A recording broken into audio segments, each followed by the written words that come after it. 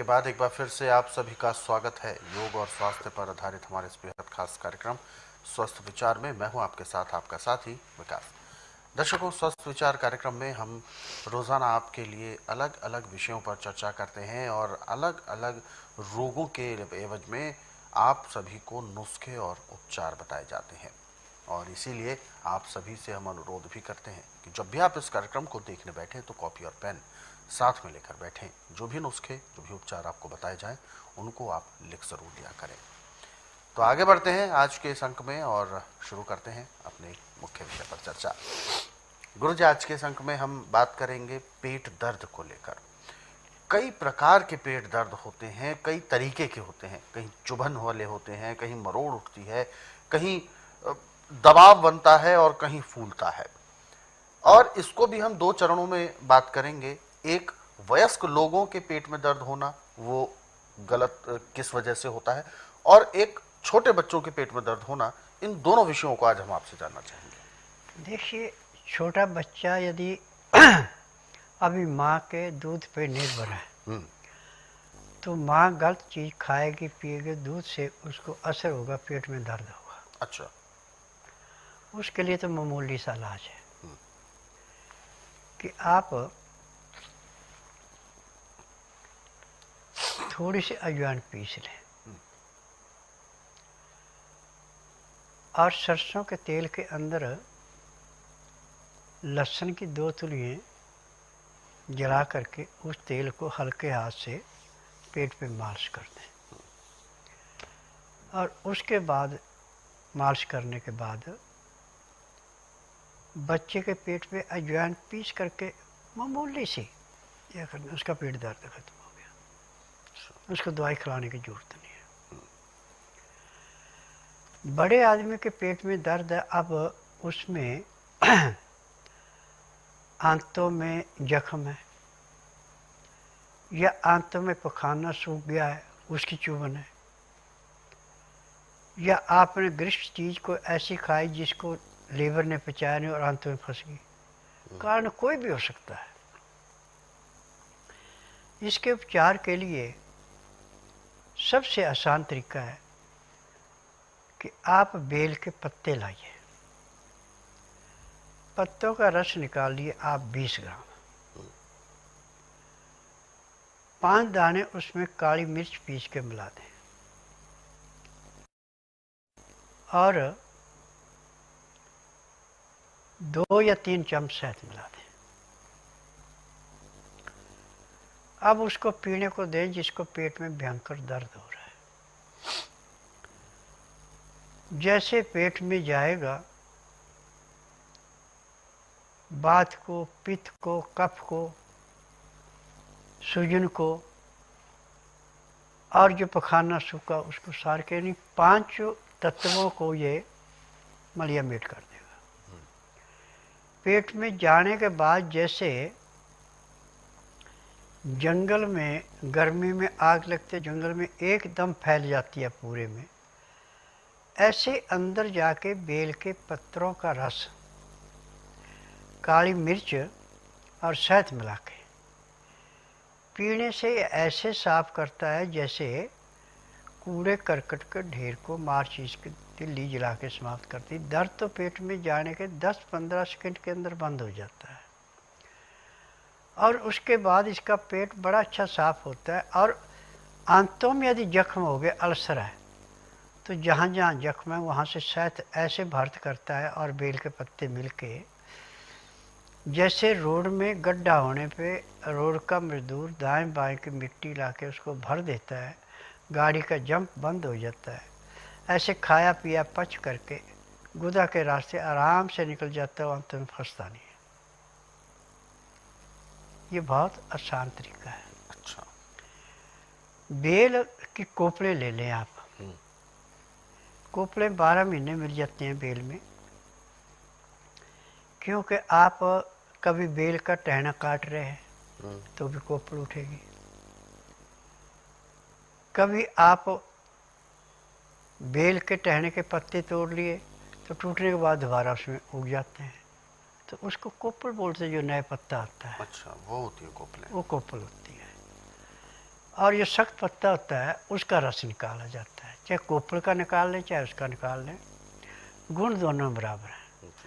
कोपल का जो है उसको छानने की ज़रूरत नहीं पड़ती, वो तो पानी जैसी बन जाती है पीस करके, जो नरम पत्ते हैं। जो सख्त है उसमें छोटे छोटे पीस बनते हैं, वो छानना पड़ता है। जब आप इसको ले रहे हैं तो आप समझो कि आपने डॉक्टर की फीस भी दे दी और 10,000 रुपये की दवाई खा के जो पेट सुन्न किया है उससे ज़्यादा लाभ होगा। उसमें सुन्न थोड़ी देर के लिए रहेगा जी। फिर हो जाएगा, परंतु इसमें परमानेंट आराम हो गया। अब ये एक खुराक से आपको आराम मिल गया, परंतु दूसरी खुराक शाम के टाइम दिन छुपने से 2-2.5 घंटे दोबारा ले लेनी, ताकि रात को भी आपको कोई परेशानी ना हो। हफ्ता भर इसके लेने के साथ साथ आप खान पान पर ध्यान रखें। इसमें गेहूं छोड़ के जितने अनाज है सब का दलिया बना के आप ले सकते हैं, परंतु जिस भी अनाज का दलिया बनाना उस अनाज को पहले धो के सुखा लें।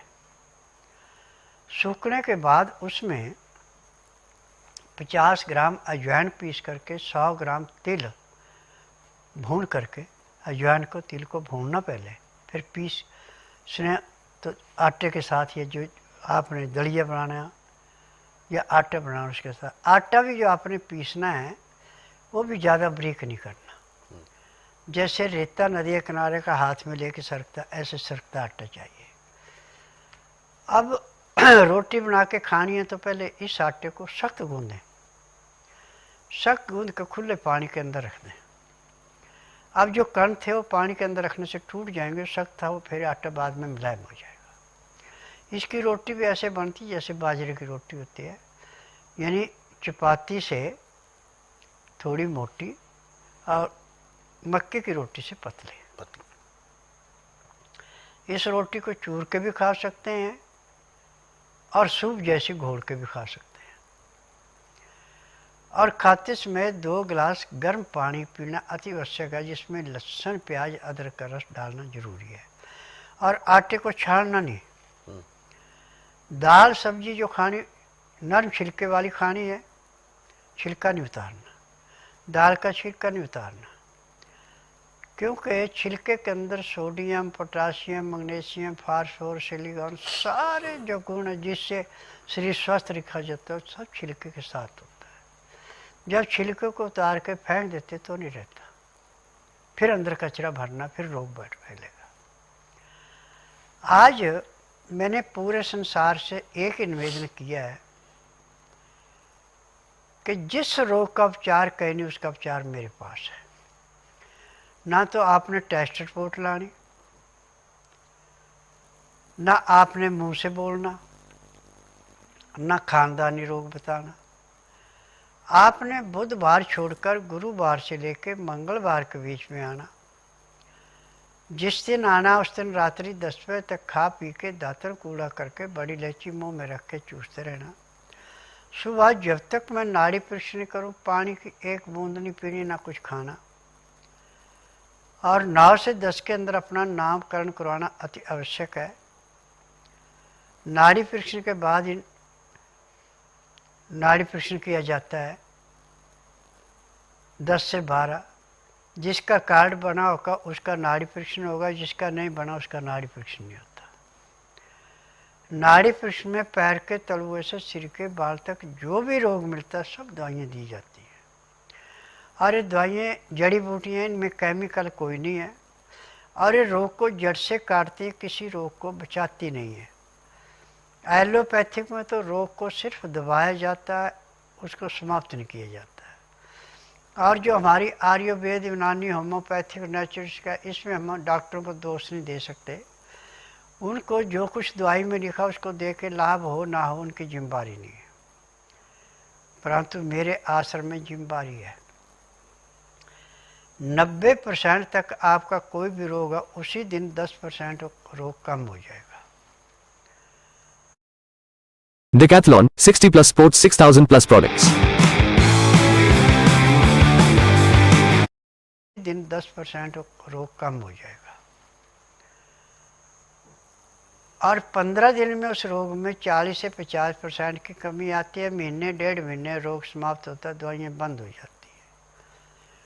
मुझे 10,000 जड़ी बूटियों की पहचान है जिनसे मैं दवाइयाँ बनाता हूँ। मेरी अपनी फार्मेसी, दवाइयाँ बनाने की दवाइयाँ रजिस्टर है, पेटेंट है, इनका साइड इफेक्ट कोई नहीं है। दवाई केवल उसी रोगी को दी जाएगी जिसका नाड़ी परीक्षण होगा और जो कहेगा मैं परहेज करूँगा। बिना परहेज करने वाले को मैं दवाई नहीं देता, और जिसका नाड़ी परीक्षण नहीं होता उसको मैं दवाई नहीं देता। मार्केट में मेरी दवाई कहीं नहीं मिलती।